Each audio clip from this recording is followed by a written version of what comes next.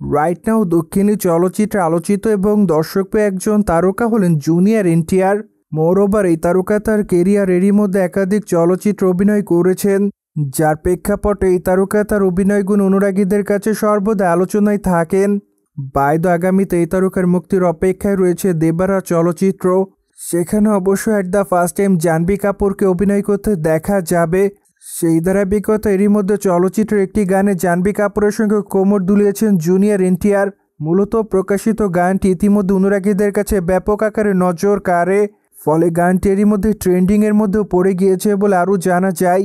Moreover চলচ্চিত্রটি September মাসের 27 তারিখে মুক্তি দেওয়া হবে বলে সকলে জানে, যার প্রেক্ষাপট এরই মধ্যে চলচ্চিত্র নির্মাতারা চলচ্চিত্রের প্রমোশনালের কাজ শুরু করেন।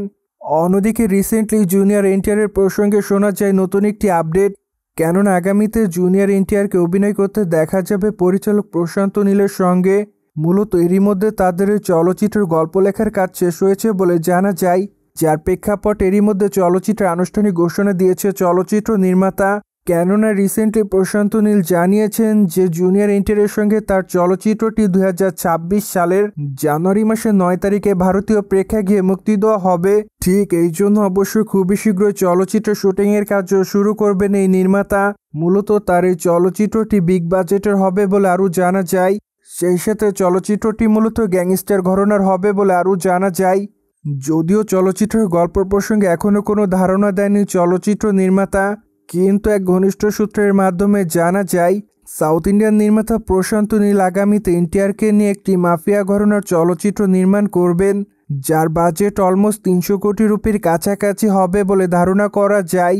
অন্যদিকে চলচ্চিত্রের বাজেটের কথা এখনও নির্মাতা প্রশান্ত নীল সেভাবে প্রকাশ্যে আনেনি, ফলে এখনই বলা যাচ্ছে না যে চলচ্চিত্রের বাজেট আসলে কত হবে। কিন্তু যেহেতু ঘনিষ্ঠ সূত্রের মাধ্যমে জানা যায় প্রশান্ত নীলের চলচ্চিত্রের বাজেট 300 কোটি রুপি প্লাস হবে, ফলে ধারণা করা যাচ্ছে চলচ্চিত্রের বাজেট হয়তো এর বেশি কিংবা কম হতে পারে। যাই হোক, যেটি অবশ্য নির্মাতা কয়েকটা দিন পর খোলাসা করে বলবেন বলে জানা যায়। বাইদ এনটিআরকে আগামীতে অভিনয় করতে দেখা যাবে ওয়ার 2 চলচ্চিত্রে।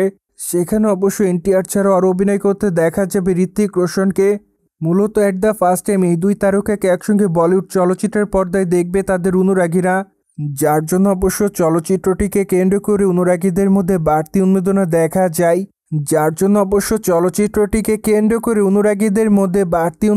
লক্ষ্য করা যায়। সোভিয়েত জেনে তো নিলেন সাউথ ইন্ডিয়ান তারকা জুনিয়র এনটিআরকে পরিচালক প্রশান্ত নীলের চলচ্চিত্রে কবে দেখা যাবে। মোরওভার এই বিষয়টি নিয়ে কোনো মতামত থাকলে কমেন্ট বক্সে জানাতে ভুলবেন না। And subscribe our channel for more update.